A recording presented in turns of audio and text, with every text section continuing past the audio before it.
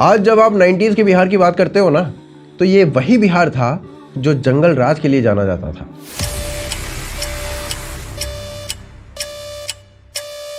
Crime और गुंडागर्दी के लिए जाना जाता था।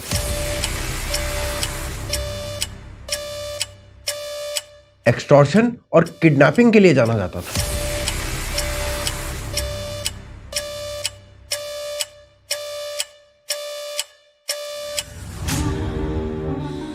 हालत इतनी बुरी थी कि पटना हाई कोर्ट तक ने कह दिया था कि सरकार गुंडे मवाली जला रहे हैं, और इस दौर के कारण पूरे देश भर में बिहार एक नर्क बन चुका था। लेकिन what if I told you, इस नर्क के बीच से एक बंदा निकलता है जो कभी कीचड़ के साथ रहते हुए, तो कभी कमल के साथ अलायंस बनाते हुए, और कभी कास्ट अरिथमेटिक को रिवर्स इंजीनियर करते हुए बिहार की दिशा बदल देता है। Are you confident you have the political will and determination to do it? I have only that thing. That is your real strength. That's my real strength. People say that Nitish Kumar is the last hope of Bihar. If That you I am aware. fail, I am certainly aware if you fail, do you realize what will happen to your state? that this thing I tell everybody. I tell everybody that as last hope, people have reposed faith in us. So we have to perform. There is no alternative available. और ये चूक ही हम सिर्फ इसको नहीं कहेंगे, ये आपराधिक नेग्लिजेंस, क्रिमिनल नेग्लिजेंस। इसलिए इसको हम पहले तो ओन करते हैं इसकी रिस्पॉन्सिबिलिटी, और हमने रिजिग्नेशन दिया कि मेरा इस प्रकार का कोई इंस्ट्रक्शन हो नियुक्ति के मामले में। रेल मंत्रालय और रेल मंत्री पद बहुत छोटी चीज है, मैं राजनीति से निकलकर बाहर जाने को तैयार हूं। और हमको ताकत बतला रहे हैं, आज चुनाव होगा पता चल जाएगा, फूल में मिल जाएंगे ये लोग, पता चल जाएगा। नीतीश कुमार ने बाहुबली से लेकर गुंडे तक सबकी मोनोपोली को खत्म किया। नीतीश कुमार ने लॉ एंड ऑर्डर को बिहार में वापस लेकर आया। भले ही नीतीश कोई परफेक्ट पॉलिटिशियन नहीं था, लेकिन इसके बावजूद वो 20 साल तक बिहार का सीएम बना रहा। तो अब सवाल ये उठता है कि आखिर नीतीश कुमार ने ये किया कैसे नीतीश कुमार ने बिहार को लालू के जंगल राज से बचाया, और क्यों आज 20 साल बाद भी ये कहा जाता है कि जहां नीतीश कुमार उसी की सरकार। और फिर सबसे मेन बात, 2025 के इलेक्शन में क्या नीतीश कुमार दोबारा से किंग बन सकते हैं? क्या बिहार उन्हें फेयरवेल रिस्पेक्ट वोट देगा, और क्या ये उनका पॉलिटिकल फाइनल ओवर हो सकता है? आइए जानते हैं इस वीडियो में। देखिए, ये समझने से पहले कि कैसे नीतीश कुमार आज बिहार के अल्टीमेट किंग मेकर बन चुके हैं, हमें थोड़ा सा नीतीश कुमार का बैकग्राउंड समझना पड़ेगा। देखिए, नीतीश कुमार का जन्म 1951 में पटना डिस्ट्रिक्ट के बख्तियारपुर में हुआ था। वो कुर्मी कास्ट से बिलोंग करते थे, जो कि ओबीसी समुदाय में आती है। देखिए, अब आपको ये मैं क्लियर कर देता हूं कि पर्सनली मैं कास्ट वास्ट में नहीं मानता, लेकिन यहाँ ये मेंशन करना बहुत इंपॉर्टेंट हो जाता है, क्योंकि कास्ट फैक्टर आगे चल के बिहार की पॉलिटिक्स में बहुत इंपॉर्टेंट रोल प्ले करने वाला था। इसीलिए मुझे आपको ये बताना पड़ा कि नीतीश कुमार कौन सी कास्ट से आते हैं। बाद में यही कुर्मी आइडेंटिटी नीतीश कुमार की कोर वोट बैंक बनती है। खैर, नीतीश कुमार की बैक स्टोरी को जल्दी से कंप्लीट करते हैं। अब नीतीश कुमार के पिताजी का नाम था राम लखन सिंह, जो कि आजादी के दौरान कई इंडिपेंडेंस एक्टिविटीज में इन्वॉल्व थे। अब नीतीश के पिता जो थे वो कई सोशलिस्ट और एंटी एस्टेब्लिशमेंट ग्रुप से डायरेक्ट कांटेक्ट में रहते थे, तो इसी कारण उनके घर का एनवायरनमेंट पॉलिटिकल था। अब नीतीश को इसीलिए बचपन से ना पॉलिटिक्स में इंटरेस्ट आना शुरू हो चुका था। स्कूलिंग के बाद नीतीश ने बिहार कॉलेज ऑफ इंजीनियरिंग में एडमिशन लिया, जो कि आज NIT पटना के नाम से जाना जाता है। उन्होंने इलेक्ट्रिकल इंजीनियरिंग कंप्लीट की, और डिग्री के बाद उनको बिहार स्टेट इलेक्ट्रिसिटी बोर्ड में जॉब मिल चुकी थी, लेकिन वहां उनका मन ज्यादा लगता नहीं था। उसी समय बिहार में कुछ ऐसा भूकंप आता है जो आगे चल के पूरे बिहार को, पूरी बिहार की पॉलिटिक्स को बदलने वाला था। अब आगे बढ़ने से पहले हमें ना थोड़ा बिहार की उस समय की पॉलिटिक्स के बारे में समझना होगा। 60s और अर्ली 70s के बिहार में कांग्रेस का कंप्लीट डोमिनेशन हुआ करता था। उस समय लैंडलॉर्ड से लेकर ब्यूरोक्रेसी तक सब कुछ करप्ट हुआ करती थी। सरकारी अफसर ब्राइब के बिना काम नहीं करते थे, और कॉन्ट्रैक्ट्स केवल पैसे और घपलों के ऊपर ही लिए जाते थे। कॉलेजेस में एडमिशन लेना है तो पैसा और सिफारिश दोनों लगेंगे, और गवर्नमेंट जॉब में रिश्वत खुलेआम चला करती थी। ये सब तो हो ही रहा था, इसके अलावा एक एक करके बड़े बड़े स्कैम्स भी सामने आने लगे थे। चाहे वो चाकरी स्कैंडल हो या फिर मधुबनी स्कैम हो, धीरे धीरे पब्लिक फ्रस्ट्रेशन बढ़ना शुरू हो चुकी थी। ऊपर से उस समय के जो बिहार के सीएम थे जैसे अब्दुल गफूर या फिर जगन्नाथ मिश्रा, दोनों ओपनली स्टूडेंट्स को इग्नोर कर रहे थे। और जब गवर्नमेंट सुनने को रेडी ही ना हो तो इवेंचुअली रेवोल्यूशन होता है। और इसी बैकड्रॉप में 1974 में जेपी मूवमेंट स्टार्ट हुआ। ये जो मूवमेंट था ना, ये कांग्रेस गवर्नमेंट के करप्शन के अगेंस्ट शुरू किया गया था। वैसे ये बात भी कमाल ही है कि 2 बार करप्शन के अगेंस्ट बड़े आंदोलन हुए इंडिपेंडेंट इंडिया में, एक जेपी का और दूसरा अन्ना का, और दोनों ही कांग्रेस के अगेंस्ट हुए हैं। सोचिए कांग्रेस ने कितना करप्शन किया होगा। चलिए जेपी के आंदोलन पे वापस आते हैं। जेपी नारायण जो खुद एक समय कांग्रेसी थे और प्रो गांधीयन थिंकर थे, उन्होंने जब कांग्रेस के दौर में सिस्टम की हालत देखी तो उन्होंने टोटल रेवोल्यूशन का कॉल दे दिया। और इस टोटल रेवोल्यूशन को ही ना जेपी आंदोलन के नाम से जानते हैं। अब जैसे अन्ना के आंदोलन से केजरीवाल निकला था, वैसे ही जेपी के आंदोलन से 4 बड़े नाम निकले थे। और ये 4 बड़े नाम आगे चलकर बिहार की सत्ता को बदल कर रख देने वाले थे। लालू यादव, रामविलास पासवान, सुशील मोदी और खुद नीतीश कुमार। नीतीश कुमार ने भी इस मूवमेंट में जोरों शोरों से पार्टिसिपेट किया था। उन्होंने इंदिरा गांधी के खिलाफ मोर्चा तक खड़ा कर दिया था। फिर आगे चल के 1975 में इमरजेंसी लग जाती है, जिसमें कांग्रेस ने ऑपोजिशन लीडर्स को मीसा के अंडर जेल में डालना शुरू कर दिया था। नीतीश कुमार को भी इस क्रैकडाउन में अरेस्ट कर लिया गया था। यहीं से उनकी पॉपुलैरिटी बढ़ना शुरू हो जाती है। जनता दल में उनका कद काफी बढ़ना शुरू हो गया था और यहीं से नीतीश कुमार ने पॉलिटिक्स में फुल एंट्री मारने की सोच ली थी। इमरजेंसी खत्म होने के मात्र 2 साल के बाद यानी 1977 में नीतीश कुमार ने हरनौत से अपना पहला असेंबली इलेक्शन लड़ा। पर डिस्पाइट पब्लिक की फुल वेव जनता पार्टी के फेवर में थी, नीतीश कुमार उसके बाद भी हार गए। 1980 में उन्होंने फिर से ट्राई किया, लेकिन फिर से डिफीट। 2 बार की हार ने उन्हें डिमोटिवेट तो कर दिया था, पर उन्होंने हार नहीं मानी थी। 1985 में जब बिहार में एंटी कांग्रेस की हवा चल रही थी, नीतीश कुमार ने फिर से हरनौत से इलेक्शन लड़ा। पर इस बार नीतीश कुमार ने एक चेंज किया। उन्होंने कुर्मी और कोयरी कास्ट को अपने कोर वोट बैंक के रूप में मोबिलाइज कर लिया, जिसका उनको डायरेक्ट फायदा भी मिला। नीतीश कुमार अच्छे नंबर से जीत गए थे और पहली बार विधायक भी बन जाते हैं। और फिर उन्होंने अपनी कॉन्स्टिट्यूएंसी में काफी अच्छा काम भी किया। उस समय जनता दल के लीडर्स को नीतीश कुमार में एक पोटेंशियल दिखने लगा था और इसी कारण से ना 1989 में वो लोकसभा के एमपी बन जाते हैं। उन्हें minister of state for agriculture and cooperation बनाया जाता है। पर इसी दौरान बिहार की सत्ता में लालू नाम का एक भूकंप आया था। 1990 में लालू यादव पहली बार चीफ मिनिस्टर बनते हैं। ओपनली उन्होंने राज करेगा पिछड़ा ये नारा दे दिया और पूरे बिहार में एक कास्ट बेस्ड वेव क्रिएट कर दी। लालू का कोर नैरेटिव था भूरा बाल साफ करो, यानी भूमियार, राजपूत, ब्राह्मण, लाला, इन सब से पावर छीन लो। और कई लोगों का कहना यह भी है कि जो भूरा बाल साफ करो था ना, उसका अर्थ था इन सभी जातियों का जेनोसाइड कर दो। उसके बाद कास्ट के नाम पे जो हिंसा वहां पर होती है वो किसी से छुपी नहीं है। लालू यादव के आने के बाद जो कांग्रेस के राज में बिहार की थोड़ी बहुत स्थिति सही भी थी, वो और बदतर हो जाती है। 1990 के बाद बिहार में क्रिमिनल गैंग्स ओपनली फ्लरिश करने लगते हैं। किडनैपिंग एक इंडस्ट्री बन जाती है और इसकी एक पैरेलल इकोनॉमी चलने लगती है। Engineering student, small businessman, doctors, दुकानदार, फर्टिलाइजर ट्रेडर्स, हर कोई लालू के गुंडों का टारगेट बन चुका था। हर फादर को यही डर था कि शाम को उनका बच्चा घर आ भी पाएगा या नहीं। विमेन के खिलाफ क्राइम की सिचुएशन तो और भी खराब थी।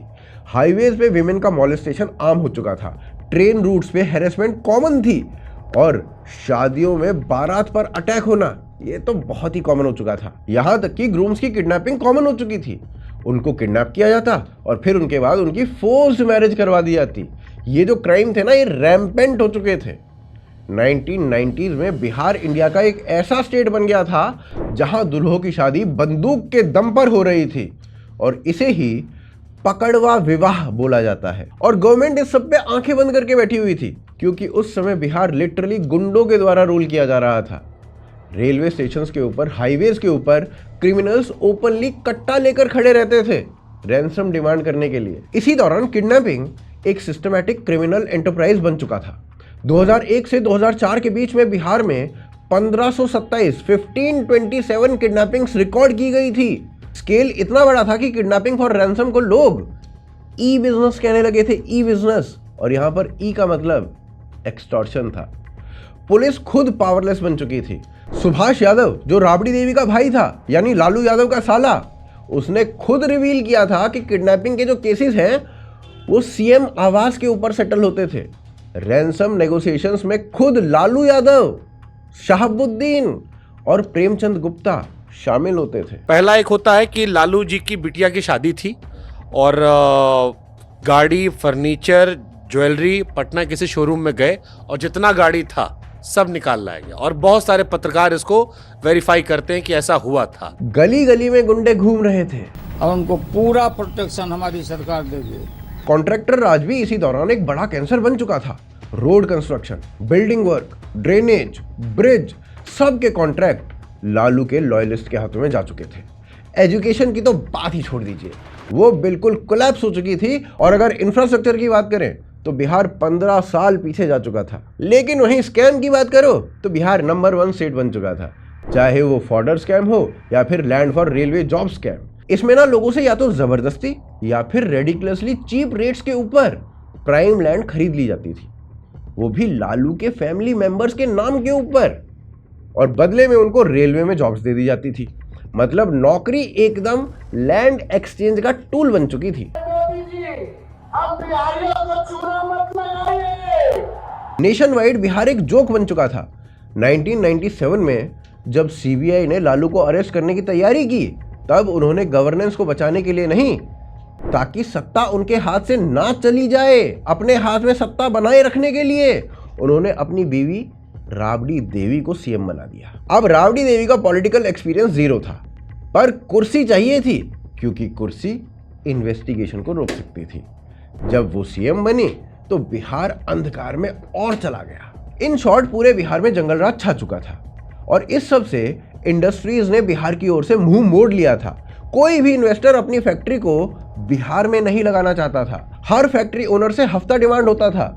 ऊपर से पावर कट्स 12-12, 18-18 घंटे के डेली लगते थे। यूथ एम्प्लॉयमेंट ऑलमोस्ट 0 हो चुका था और इसका रिजल्ट पता है क्या था? Migration. Lakhs of Bihari's Delhi, Punjab, Gujarat migrate होने लगे। मुंबई में भैया रेल टर्म पॉपुलर हो गया और ट्रेन्स लिटरली बिहार की अनएम्प्लॉयमेंट ट्रेजेडी का सिंबल बन चुकी थी। लोगों में गुस्सा था, पर इस सबसे लालू और उनकी पार्टी पर कोई फर्क नहीं पड़ रहा था, क्योंकि लालू यादव ने ना यादव और मुस्लिम समीकरण का एक अच्छा खासा लॉयल वोट बैंक तैयार कर लिया था। ऊपर से लालू के टाइम पे सो कॉल्ड बाहुबलीज या स्ट्रॉन्ग मैन वो बहुत एक्टिव थे। Dozens of armed man central locations को ऑक्यूपाई कर लेते और दूर से आने वाले वोटर्स को रोक देते। यही सबसे कॉमन तरीका था राइवल कैंडिडेट के वोटर को ब्लॉक करने का। 1995 के असेंबली इलेक्शंस में तो लालू ने ओपनली डिसाइड कर दिया था कि जितने हो सके उतने टिकट्स केवल बाहुबलियों को दिए जाएंगे। और इंटरेस्टिंगली ये सारे बाहुबली खुल के क्रिमिनल थे, क्रिमिनल। तो यहाँ से 1 किलोमीटर दूरी पर बैलगाड़ी से जो आ रहे थे, वहीं पर जो हो हंगामा हुआ, मारपीट हुआ, दंगा फसाद हुआ और बूथ यहाँ लूट हो गई।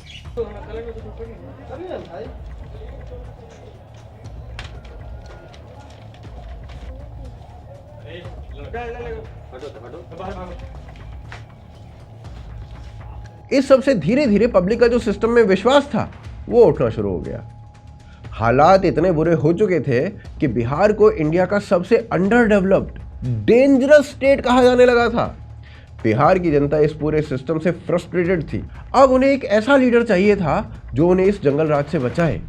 और इसी डेस्परेशन के बीच नीतीश कुमार एक नई होप बनके स्पॉटलाइट में आते हैं। देखिए, जिस समय लालू का जंगल राज चल रहा था, उसी समय नीतीश कुमार अपने वोटर बेस पे काम कर रहे थे। उन्होंने अपनी कॉन्स्टिट्यूएंसी में अच्छा खासा काम किया, जिसके कारण वो पॉपुलर होना शुरू हो चुके थे। वहीं दूसरी तरफ Janata Dal as a party भी अपना ग्राउंड तैयार कर रही थी और इसी कारण 2005 में जब इलेक्शंस हुए तो पहली बार हंग असेंबली हो गई, यानी त्रिशंकु नतीजा आया। ये सरकार ज़्यादा समय चलने वाली नहीं थी और चल भी नहीं पाई, जिसके कारण बस कुछ ही महीनों में दूसरा इलेक्शन कराना पड़ा और फिर क्या था, बिहार के वोटर का मूड साफ था, आरजेडी को साफ करना है। वही केवल एक मेन लक्ष्य था। जेडीयू और बीजेपी ने कास्ट का अरिथमेटिक बनाया और डेवलपमेंट प्रोमिसेस के साथ कैंपेन को चलाना शुरू किया। नीतीश कुमार ने इलेक्शन रैलीज में लॉ एंड ऑर्डर का सबसे बड़ा मुद्दा बनाया। लोगों ने पहली बार सुना था कि कोई मुख्यमंत्री कैंडिडेट क्राइम को सीधा सवाल बनाकर बोल रहा है। यही एंगर और होप के कारण लोगों ने इस चुनाव में नीतीश और बीजेपी के अलायंस को कंफर्टेबली जिता दिया। 2005 में नीतीश कुमार मुख्यमंत्री बने और बिहार में एक नया दौर शुरू हुआ। पावर मिलने के बाद नीतीश का सबसे बड़ा काम था कि कुछ भी हो जाए बिहार में सुशासन लाना है और ये लॉलेसनेस को खत्म करना है। इसी कारण पावर आते ही उनका पूरा ध्यान लॉ एंड ऑर्डर पर लग गया था। उन्होंने पुलिस को इंडिपेंडेंट अथॉरिटी दी और डिस्ट्रिक्ट वाइज एसपीज को यानी सुपरिटेंडेंट ऑफ पुलिस को साफ साफ मैसेज दे दिया गया था कि अगर क्राइम कंट्रोल नहीं किया तो सस्पेंशन पक्की है। कई सालों से पॉलिटिकल शेल्टर में पल रहे बाहुबली लीडर्स के खिलाफ केसेस रीओपन होना शुरू हो चुके थे। आनंद मोहन जैसे नामों को सजा होनी शुरू हो गई थी। कई किडनैपिंग गैंग्स को रातों रात अरेस्ट कर लिया गया था। क्रिमिनल्स जिन्हें पहले थानेदार सलाम ठोका करते थे, अब उन्हीं थानेदारों को देखकर दुम दबाकर झारखंड और नेपाल की तरफ भाग रहे थे। किडनैपिंग इंडस्ट्री जो पिछले दशक में पैरेलल इकोनॉमी बन चुकी थी, अचानक से धीमी होने लगी थी। इसी दौरान बिहार में इंफ्रास्ट्रक्चर पर भी काम होना शुरू हो चुका था, स्पेशली रोड कनेक्टिविटी के ऊपर। नीतीश ने पीएमजीएसवाई और राज्य की स्कीम्स के थ्रू हजारों किलोमीटर ग्रामीण सड़कें बनवाई। डिस्ट्रिक्ट हेडक्वार्टर से सड़कों के थ्रू गांवों को जोड़ा गया, जिससे ट्रेड आसान हुआ। मिल्क, वेजिटेबल और स्मॉल गुड्स मार्केट तक पहुंचना आसान हो चुका था। ट्रांसपोर्टर्स कहते थे कि पहले पटना से गया जाने में ना आधे से पौना दिन लग जाता था, अब कुछ घंटों में काम पूरा हो जाता है। एजुकेशन में भी मेजर पुश किया गया, जिसमें सबसे बड़ा स्टेप था साइकिल योजना और यूनिफॉर्म स्कीम। हर साल लाखों स्कूल गर्ल्स को साइकिल मिली और इससे पता है क्या हुआ, इससे लड़कियों का जो ड्रॉप आउट रेट था ना वो तेजी से गिरने लगा। गांवों में सुबह सुबह स्कूल ड्रेस पहनकर जाने वाली लड़कियों की लाइन दिखने लगी और इस एक स्टेप ने नीतीश का ट्रस्ट रूरल विमेन और पेरेंट्स दोनों के बीच में बहुत बढ़ा दिया। स्कॉलरशिप से पुअर फैमिलीज रिलीव्ड हो गई और स्कूल अटेंडेंस अच्छा खासा इंप्रूव होना शुरू हो गया। नीतीश ने पंचायत इलेक्शन में भी विमेन को 50% का रिजर्वेशन दे दिया। ये कदम डायरेक्ट गवर्नेंस एम्पावरमेंट भी था और इनडायरेक्टली पॉलिटिकल इन्वेस्टमेंट भी था। विलेज लेवल के ऊपर विमेन का नेतृत्व बढ़ गया था। पंचायतों में पहली बार डिसीजंस महिलाओं की काउंसिल बनाकर लिए जाने लगे थे और इसका सीधा असर नीतीश के वोट बैंक पर दिख रहा था। ऐसा सब कुछ करने से एक विमेन का अच्छा खासा ब्लॉक नीतीश कुमार के विजन के लिए लॉयल हो रहा था। कास्ट इक्वेशन को भी नीतीश कुमार ने समझदारी से प्ले करना शुरू कर दिया था। उन्होंने पासवान के दलित बेस को वीकन करने के लिए महादलित कैटेगरी बना दी थी। ये जो महादलित का ग्रुप बना ना, इसको स्पेशल हाउसिंग, स्कॉलरशिप और वेलफेयर स्कीम तीनों चीजें दे दी गई। इससे जेडीयू की जो ग्रिप थी वो लोअर कास्ट के ऊपर काफी मजबूत हो गई। आरजेडी के अलावा अब जेडीयू की भी रूरल वोट्स के ऊपर काफी अच्छी पकड़ हो चुकी थी। हेल्थ सेक्टर में भी बदलाव देखने को मिल रहे थे। पीएचसीज एक्टिवेट हुए, डॉक्टर्स की अटेंडेंस पर नजर रखी जा रही थी, आशा वर्कर्स को इंसेंटिव्स दिए गए थे और वैक्सीन कवरेज इंप्रूव हो रही थी। ग्रामीण बिहार में पहली बार लोग गवर्नमेंट हॉस्पिटल पर भरोसा दिखाने लगे थे। इंफ्रास्ट्रक्चर बूस्ट से बिहार की जीडीपी में ग्रोथ आया और ये सब देख कर ना नीतीश कुमार देखते ही देखते बिहार के सबसे बड़े नेता बन गए थे। उनकी पॉपुलैरिटी अब स्काई रॉकेट हो चुकी थी, क्योंकि बिहार को ऐसी गंदगी से निकालना कोई आसान बात नहीं थी। इसी दौरान 2013 में नेशनल पॉलिटिक्स बदल रही थी। नरेंद्र मोदी नेशनल लेवल पर उभर रहे थे। बीजेपी नरेंद्र मोदी को पीएम फेस अनाउंस कर देती है और ये ना नीतीश कुमार को बिल्कुल भी एक्सेप्टेबल नहीं था, क्योंकि नीतीश कुमार 2010 से ही एंटी मोदी कैंप में शामिल हो चुके थे। हालांकि मजेदार बात यह थी कि 2010 से पहले नीतीश कुमार मोदी के सबसे बड़े सपोर्टर थे। इनफैक्ट वो खुद चाहते थे कि मोदी देश के पीएम बने। लेकिन अब सवाल ये उठता है कि आगे जाके ऐसा क्या हो गया कि नीतीश कुमार एंटी मोदी हो गए। तो बेसिकली बिहार में मुस्लिम वोट उनके कोएलिशन का कोर था। अब नीतीश कुमार को यह डर था कि मोदी का गुजरात 2002 के दंगों में डायरेक्ट नाम है और अगर उनके साथ वो अलायंस में जुड़ जाते हैं तो मुस्लिम वोट बैंक जेडीयू से कट हो जाएगा। इसी डर से उन्होंने 17 साल पुराना एनडीए का अलायंस तोड़ दिया और लालू यादव से हाथ मिला लिया। ये डिसीजन बिहार की पॉलिटिक्स में शॉक था। जेडीयू को इसका डैमेज 2014 लोकसभा इलेक्शन में दिखा। उनकी सीट बहुत ज्यादा गिर चुकी थी। पॉलिटिकल सर्वाइवल के लिए नीतीश ने 2014 में मुख्यमंत्री पद जीतन राव मांझी को दे दिया। यहां पर नीतीश का पर्पस साफ था, दलित कम्युनिटी को सिंबॉलिकली एम्पावर कर दो और खुद पीछे से कंट्रोल करते रहो। लेकिन जब लगा कि जीतन राव मांझी थोड़ा सा इंडिपेंडेंट होने लगे हैं और उनकी बात मानना छोड़ चुके हैं, तो उन्हें हटाकर नीतीश खुद वापस से सीएम बन गए। 2015 में नीतीश ने यू टर्न लेते हुए आरजेडी के साथ एक अलायंस बना लिया। आरजेडी के मुस्लिम यादव समीकरण की मदद से जेडीयू ने बीजेपी को अच्छे मार्जिन से हरा दिया और एक मैसिव मैंडेट मिला। लोग फिर उम्मीद में थे कि नीतीश कुमार डेवलपमेंट करेंगे, लेकिन डर भी था कि आरजेडी वापस जंगल राज ना शुरू कर दे। अब नीतीश ने इस टेन्योर में यानी 2016 में लिकर पर बैन लगा दिया। शराब के चलते thousands of domestic violence complaints हर साल आती थी और इस बैन के कारण विमेन ने इस बैन का खुलकर सपोर्ट किया और नीतीश को रूरल विमेन का अटूट वोट मिला। लेकिन लोगों का आरजेडी के लिए जो डर था, धीरे धीरे वो सच भी साबित होने लगा था।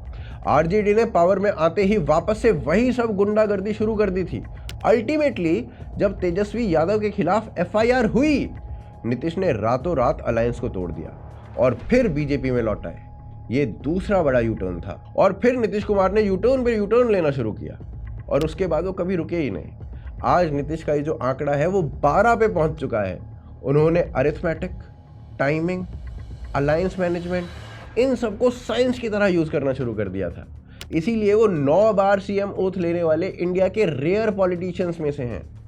कभी आरजेडी के साथ, कभी बीजेपी के साथ, तो कभी तीसरे फ्रंट के साथ। नीतीश हर सिचुएशन में खुद को सेंटर ऑफ चेस बोर्ड में रख लेते हैं। पर इस सब से ना नीतीश कुमार की इमेज को कोई खास डेंट पड़ा नहीं और इसका रीजन भी है। रीजन यही है कि उन्होंने जो बिहार में सुशासन लाया और गुंडागर्दी कम की, फिर भले ही बाकी की सारी फील्ड्स में वो फेल हो गए हों, लोग उन्हें इसी के लिए बहुत पसंद करते हैं।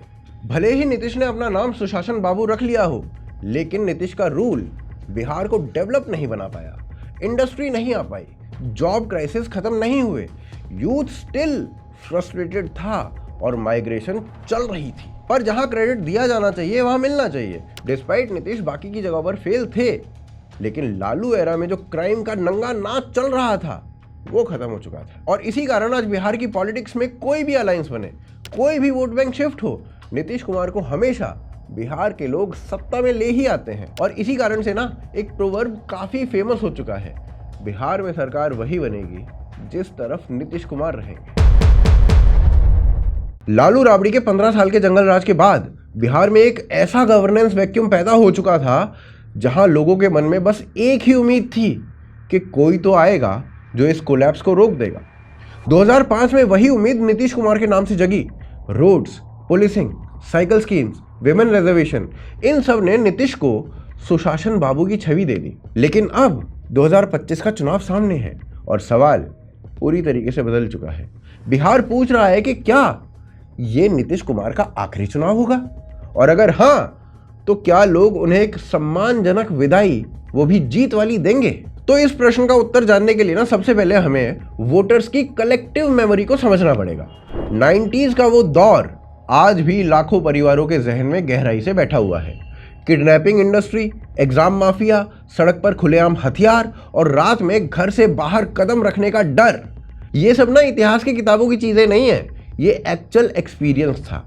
इस मेमोरी में ना नीतीश ऐसे व्यक्ति के रूप में दर्ज हैं जिन्होंने केओस को लॉ में बदल दिया था, सड़क को मड ट्रक से हाईवे में बदल दिया था, और इनके शासन में ना महिलाओं को पहली बार इंडिपेंडेंटली स्कूल साइकिल चलाने का कॉन्फिडेंस मिला था। लेकिन बिहार ना बदल चुका है। एक नई पीढ़ी जो जंगल राज को नहीं जानती, बल्कि अनएम्प्लॉयमेंट, माइग्रेशन, कॉम्पिटिटिव प्रेशर और एग्जाम लीक का सामना आए दिन कर रही है। आज संवाद पर इसी पीढ़ी का कब्जा है और सोशल मीडिया पर यही जनरेशन सबसे ज्यादा नाराज दिखाई देती है। इनके लिए jobs, transport recruitments, better universities और इंडस्ट्रियल क्लस्टर्स, ये सबसे ज्यादा जरूरी हैं, और इस गैप को विपक्ष अच्छी तरीके से एक्सप्लॉइट कर भी रही है। ठीक है, तो एक तो सबसे पहली वजह यह है कि वहाँ पर स्कूल्स की जो व्यवस्था है बहुत ख़राब है, बहुत बुरी हालत है। दूसरी चीज़ ये है कि हायर एजुकेशन की बात करेंगे तो हमारे बिहार में हायर एजुकेशन की ये हालत है कि 5 साल में BA होता है। बिहार में अलायंस अभी भी बहुत क्रूशल है। बिहार का इलेक्टोरल मैथ हंग मैंडेट ही पैदा करेगा और पिछले 2 दशकों में यही फैक्टर नीतीश की सबसे बड़ी ताकत रहा है। फ्रैक्चर्ड वर्डिक्ट आती है तो वहीं पर नीतीश पिवट बन जाते हैं, क्योंकि किसी भी कोalition को सरकार बनाने के लिए उनके बिना नंबर्स पूरा करना मुश्किल हो जाता है और इस नेगोशिएशन स्किल पर आज भी कोई उनकी बराबरी नहीं कर सकता है। महिला वोट नीतीश का सबसे मजबूत आधार है। लिकर बैन ने रूरल हाउसहोल्ड्स में एक वास्तविक परिवर्तन लाया है। डोमेस्टिक वायलेंस में गिरावट आई है, सेविंग्स में वृद्धि हुई है और बच्चों की एजुकेशन पर खर्चा बढ़ा है। सेल्फ हेल्प ग्रुप्स मजबूत हुए हैं और इन्होंने महिलाओं में नीतीश के लिए गहरी इमोशनल लॉयल्टी पैदा कर दी है और यही कारण है कि पिछली बार विमेन टर्नआउट सरप्राइजिंगली हाई था बिहार में। कुर्मी कोयरी क्लस्टर उनका लॉन्ग टर्म बैकबोन रहा है और ये क्लस्टर किसी भी ट्रायंगुलर कॉन्टेस्ट में डिसाइसिव बन जाएगा। कुछ जिलों में पसमंदा मुस्लिम ग्रुप्स भी नीतीश कुमार के फेवर में टिल्टेड है और इससे ना ऑपोजिशन का जो मुस्लिम कंसोलिडेशन है वो ओकेजनली ब्रेक हो सकता है। अब ना नीतीश कुमार की वीकनेस समझते हैं।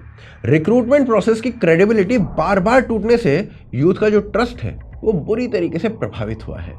वायरल एग्जाम लीक इंसिडेंट्स ने गवर्नमेंट की जो अकाउंटेबिलिटी है उसके ऊपर सवाल खड़े कर दिए हैं।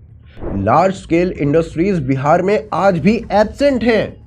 IT पार्क्स और मैन्युफैक्चरिंग हब्स का डेवलपमेंट मूवमेंट बहुत स्लो रहा है और ये सभी बातें ना कोचिंग बेल्ट के यूथ नैरेटिव को आग देती हैं। उन्हें लगता है स्टेट बाउंड्रीज के बाहर जाना ही सर्वाइवल है। लेकिन ये जो बैकड्रॉप है ना ये नीतीश को पॉलिटिकली रेलेवेंट भी बना देता है।